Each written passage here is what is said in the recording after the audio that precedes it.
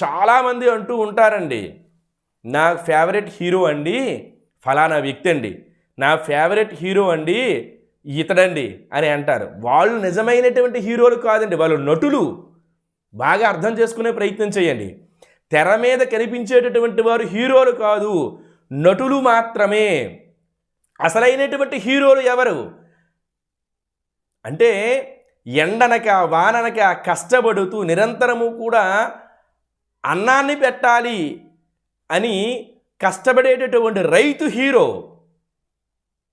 దేశ సంరక్షణే నాకు ముఖ్యం అని బార్డర్లో తుపాకీ పట్టుకొని నిలబడి ఒక పూట తింటూ ఇంకొక పూట తినకుండా ఒక్కొక్కసారి కూడా ఉండి మంచులో చలిలో నిలబడి పేకల వరకు ఉన్నటువంటి బురదలో ఉండి శత్రువులకు తన గుండెను చూపించి విజయం సాధించడం కొరకు తన ప్రాణాలను కూడా అర్పించినటువంటి ఒక సైనికుడు హీరో.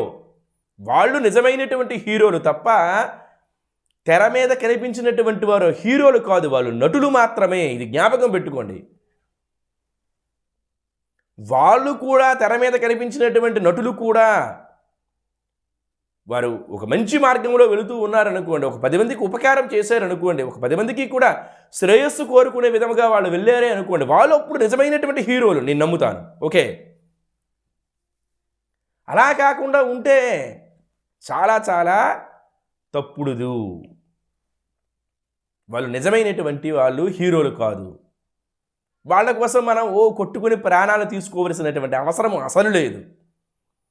బార్డర్లో నిలబడి సైన్యం దేశ సంరక్షణ కొరకు పోరాడుతూ ఉన్నది. వాళ్ళకి మనం సెల్యూట్ చేద్దాం.